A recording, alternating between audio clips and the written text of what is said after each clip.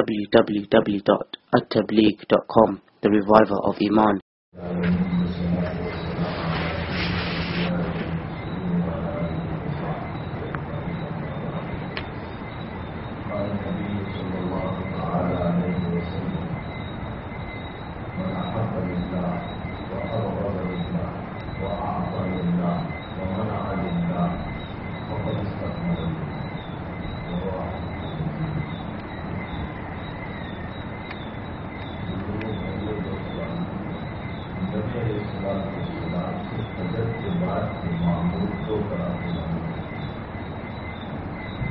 ایک معمول حضرت کا یہ بھی معلوم ہوتا ہے فجر کے بعد آپ اپنے صحابہ کو لے کر بیٹھتے اور پوچھتے تھے کہ کسی نے کوئی خواب دیکھا ہے. اگر کسی صحابی نے کوئی خواب دیکھا ہوتا تو حضرت اس کی تعبیر دیتے. کبھی ایسا بھی ہو سکتا کہ رسول اللہ صلی اللہ علیہ وسلم نے کوئی خواب دیکھا ہوتا تو اللہ کے نبی اپنا خواب بیان فرماتے تھے اور پھر اس کی تعبیر کی تھی. خواب دو طرح کے ہوتے ہیں. ایک تو اضغاث و احلام ہے. اضغاث و احلام کا معنی شیطانی خواب جس کی کوئی حقیقت نہیں ہوتی. اس سلسلے میں تو رسول اللہ صلی اللہ علیہ وسلم نے فرمایا کہ اگر تمہیں اس طرح کے خواب آئے جیسے ڈراؤ نہیں تھا, کوئی مار رہا ہے, کوئی ہمارے سینے پر بیٹھ گیا, کوئی اس طرح پانی دکھا کر کے ہمیں ڈبو رہا ہے, ایسے خواب جو ہوتے ہیں وہ شیطانی خواب ہوتے ہیں. اگر اس طرح کے شیطانی خواب آ جائے تو پہلا عمل نبی علیہ السلام نے بتایا کروٹ رہی. دوسرا عمل بتایا اعوذ باللہ من الشیطان الرجیم. تیسرا عمل بتایا کہ کسی کے سامنے اس کو بیان نہ کرے. یہ خواب بیان کے لائق نہیں ہوتا ہے, اس کو بیان نہیں کرنا چاہیے. لیکن ایک خواب وہ ہوتا ہے جس کی کوئی تعبیر ہوتی ہے, جس کا کوئی وجود ہوتا ہے, جو اللہ کی طرف سے ہوتا ہے, جو الہام بالقلب کی زمین سے ہوا کرتا ہے. اصل میں انسان جب سوتا ہے تو اس کی روح عالم بالا کی طرف چلی, آسمانوں کی طرف چلی. حضرت علی رضی اللہ تعالیٰ نے فرماتے ہیں کہ روح کو جتنا تقرب اللہ سے ہوتا ہے خواب اتنا کلیئر ہوتا ہے.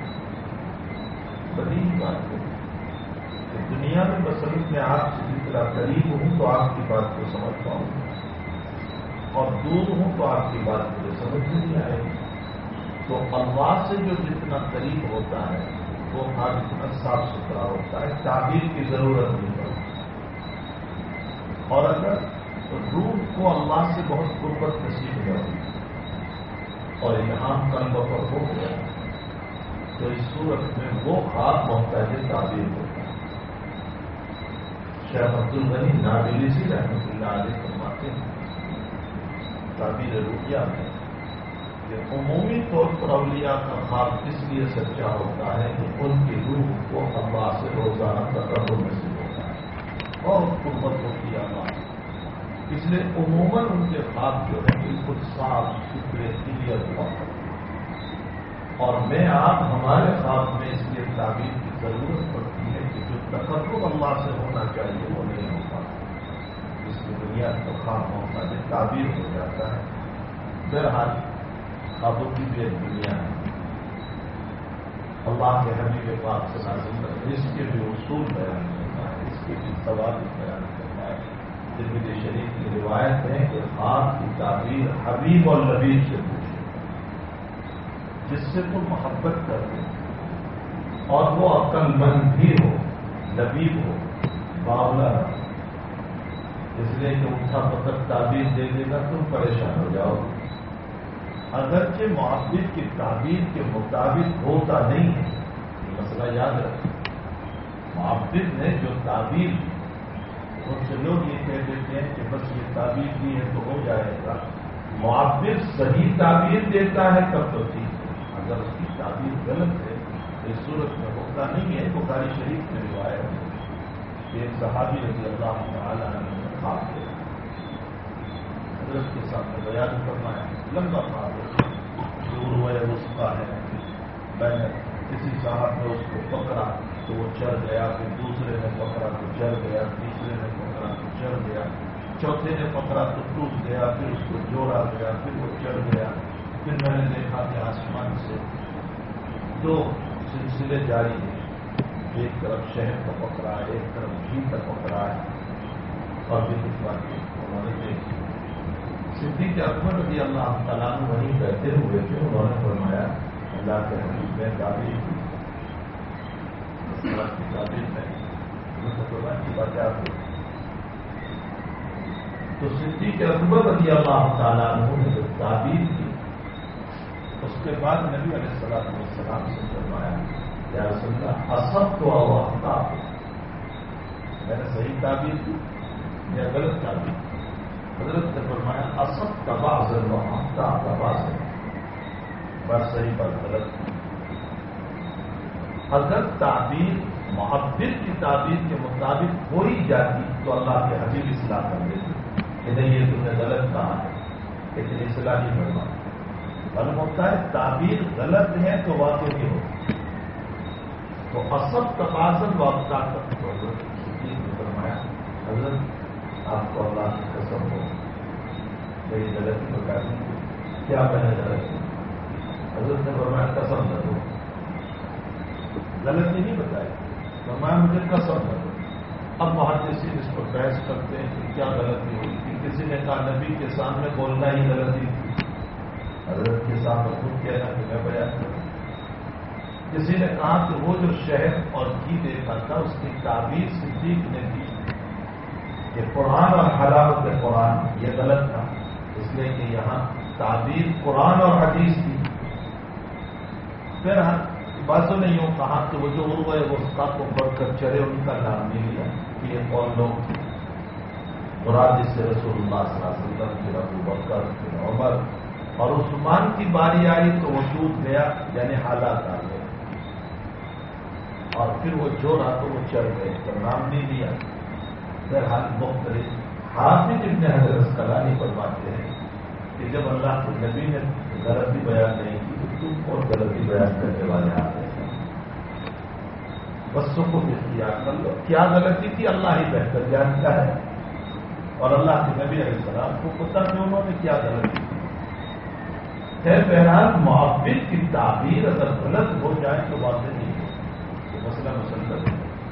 اور باقی یہ علماء کے حوالے ہیں کہ ترمذی کی روایت میں جو آیا کہ دو پرندوں کے دو پاؤں کی طرح تشبیہ دی ہے, اس کا کیا مسئلہ ہے.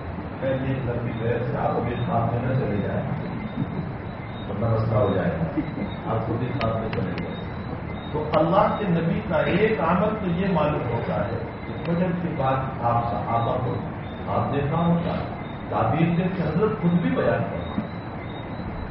بخاری شریف میں ہے عبداللہ ابن عمر فرماتے ہیں کہ جب صحابہ اپنے خواب پیش کرتے تھے تو میرے بھی دل میں دائیا ہوتا تھا کہ میں بھی کوئی خواب دوں.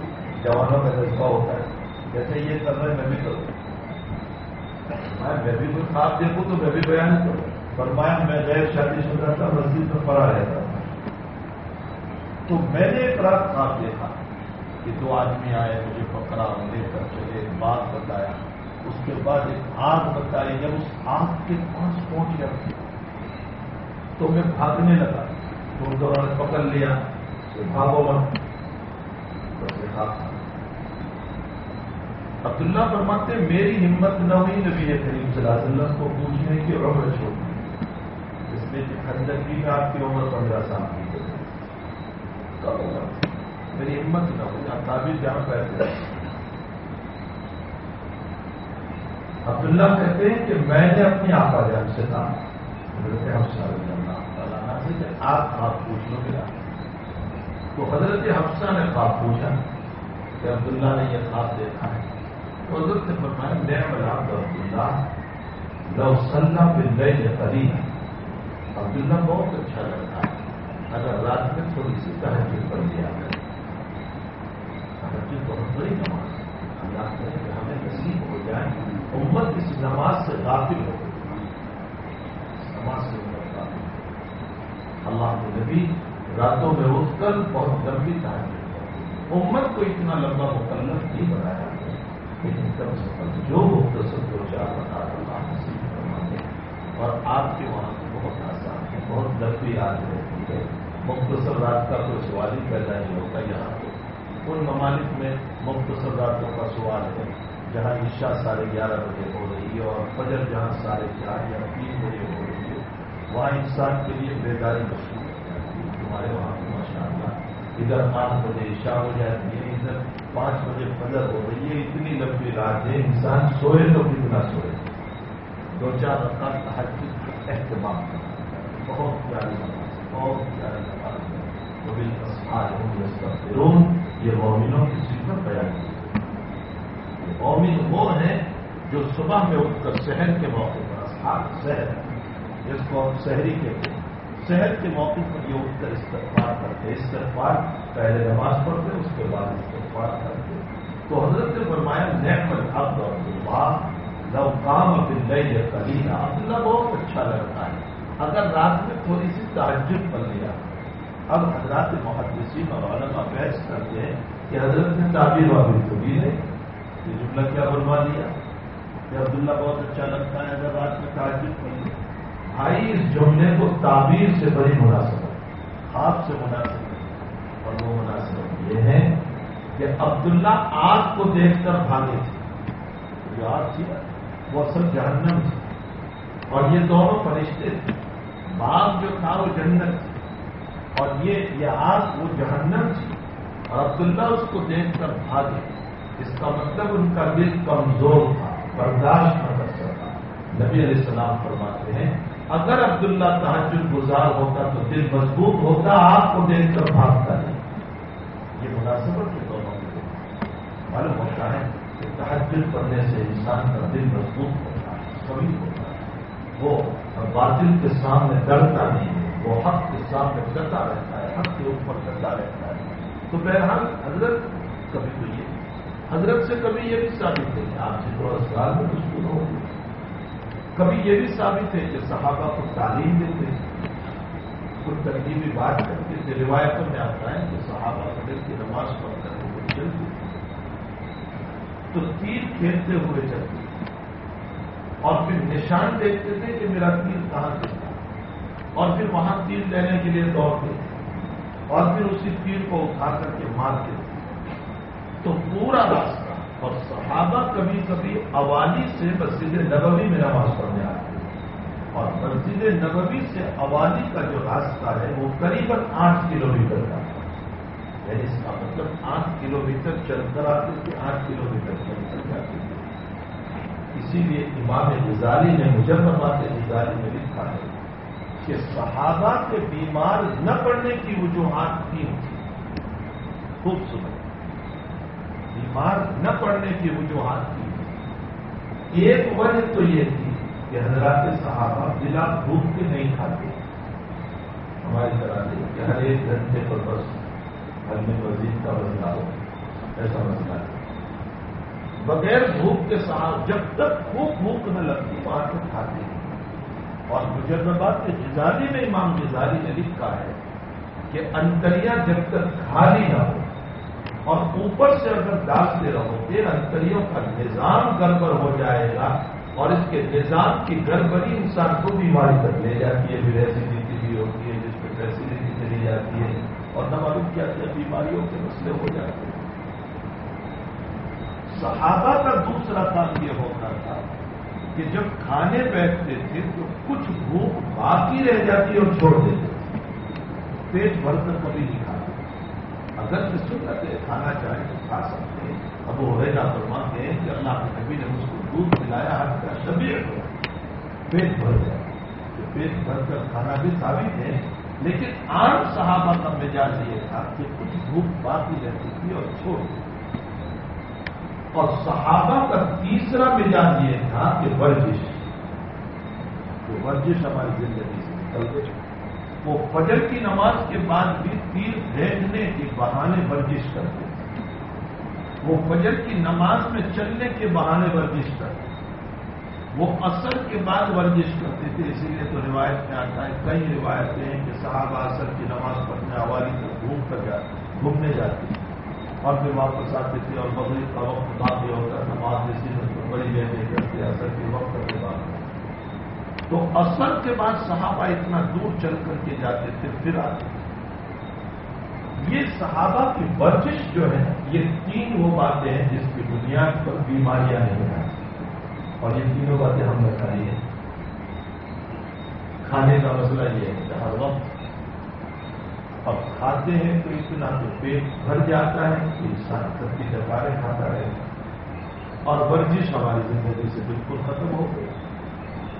حالانکہ یہ سنت ہے اس لیے کہ نبی کے سامنے صحابہ کا عمل اور صحابہ کا عمل پر نبی کا خاموش رہنا یہ سنت ہو گیا. تو یہ سنت عمل ہے لیکن عموماً ہم اس عمل سے واقف ہیں. تو حضرت کا تیسرا معمول یہ بھی تھا کہ کبھی حضرت صحابہ کے ساتھ حضرت کے بعد چلتے تھے کبھی تعلیم دیتے تھے مختلف معمولات. ایک مرتبہ ام سلمہ رضی اللہ تعالیٰ عنہ وظیفے میں لگی ہوئی ہے تسبیح دعا رہی ہے.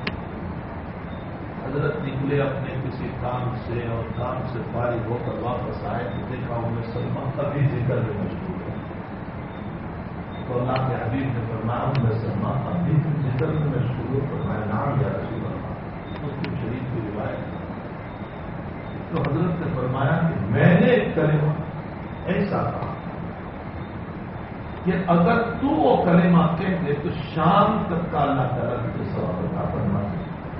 اور دوسرے طریق میں ہے کہ میں نے جو کلمہ کہا وہ کلمہ کہہ دے تو تیرے پورے وظیفے کی جگہ پر قابل ہو جائے. تو بھائی رسول اللہ بتا دیجیے وہ عمل کیا ہے.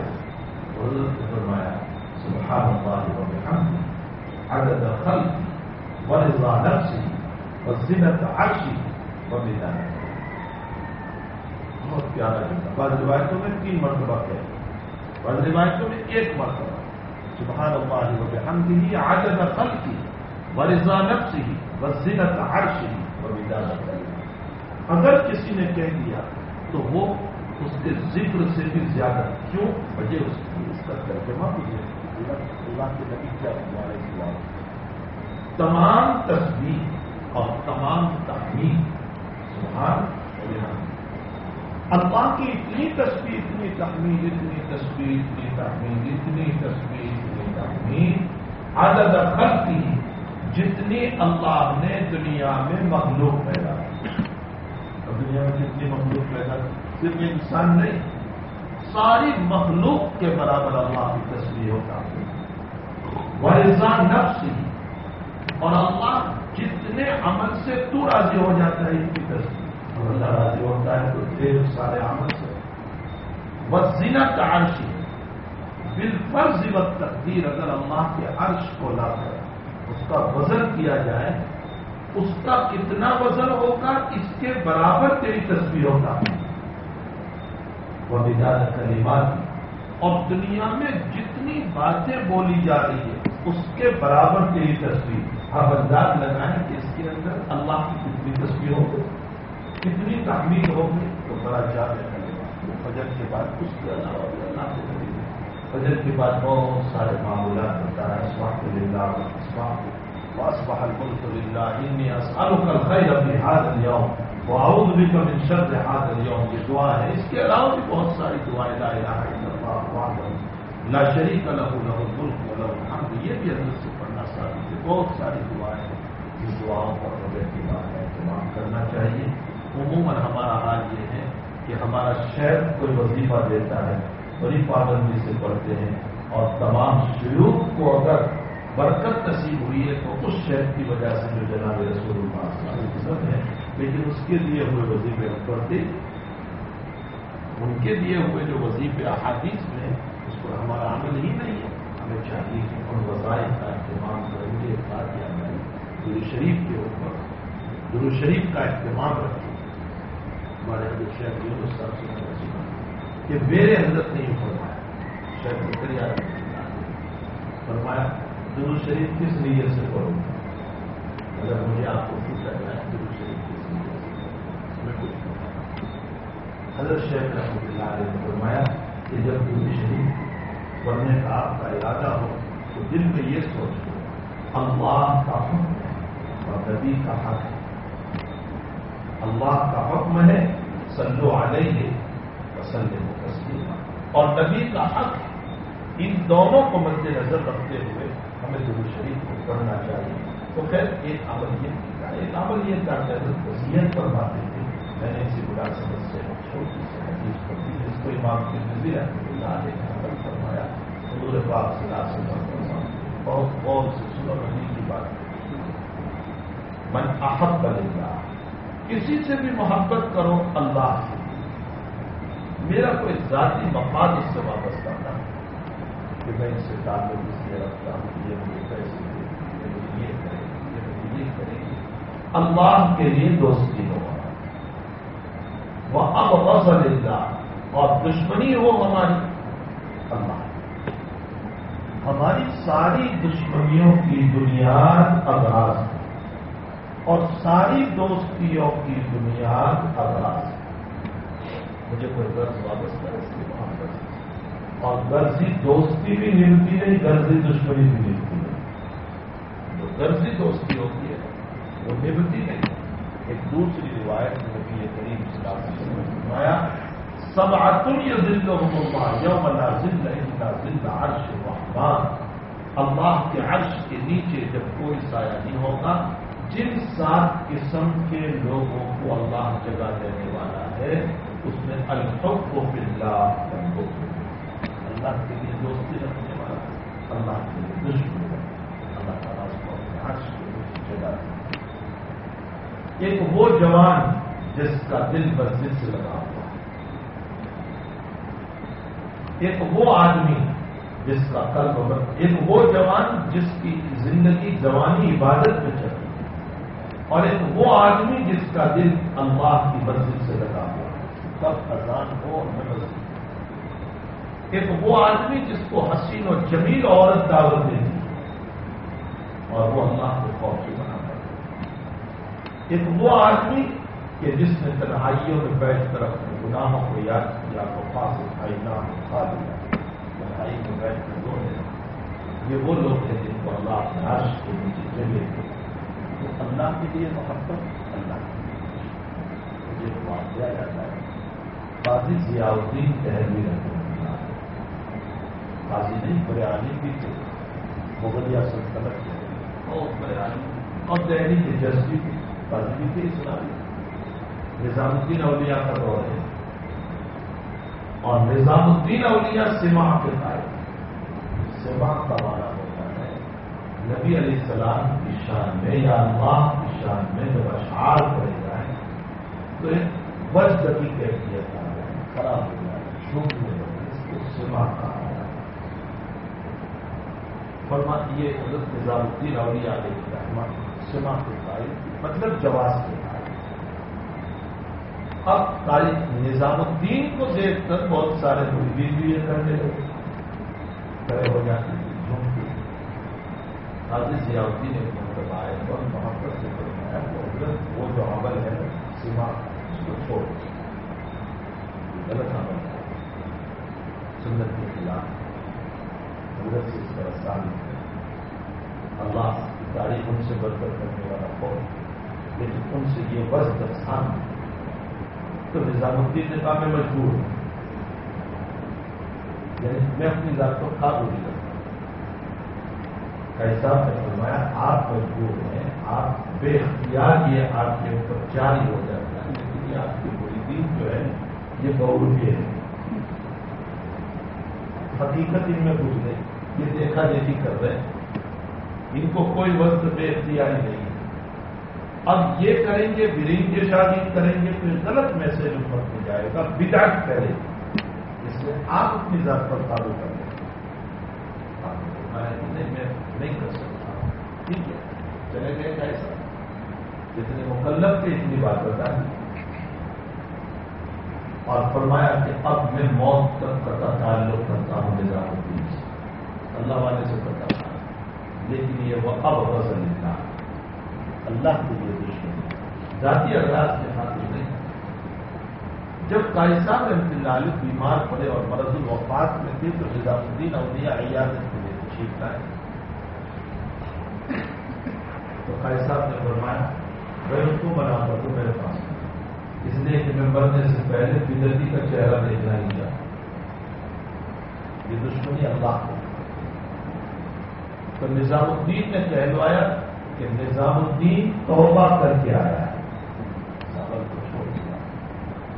تو پیسہ نے اپنا امام ہوتا ہے اور فرمایا بچھا دو اس کو کہ جو اللہ کی سنت پر آئے گا اور بدعت سے توبہ کرے گا وہ لائق ہے کہ میرے امام میں چھوڑے. یہ محبت اللہ کی. ابو رضی اللہ احب اللہ کے لیے. تو نظام الدین نے وہ امامہ اٹھا لیا, اپنے سر پر لپیٹا اور فرمایا میرے لیے دستار ہو گئی اس بات پر کہ قیامت میں یہ اللہ کا بندہ میری گواہی دے دے کہ میں سنت پر چلنے والا. تمہیں کسی سے محبت ہو اللہ کے ساتھ, کچھ کو نہیں ہو اللہ اگلے دشمن کو. ومن اعطى لله ومنع لله. کسی کو تو اللہ کے اور روکو تو اللہ کے. اس لیے نہیں کہ یہ میری تعریف نہیں کرتا اس لیے میں نہیں دیتا. جیسے آج کل ہمارا بھی حال ہے کہ جب کہا جاتا ہے رشتے داروں کا حق زیادہ ہے تو سب کو ہمارا حال بولتا ہے نہیں تو کیا. اللہ کی رضا کے لیے جو چیز دی جاتی ہے اس پہ وہ اچھا بولے یا نہ بولے اس سے کوئی فرق نہیں. ہمیں تو اللہ کو راضی تو دینا بھی ہو, ہدیہ ہو, صدقہ ہو, زکات ہو, جو بھی ہو اللہ کو.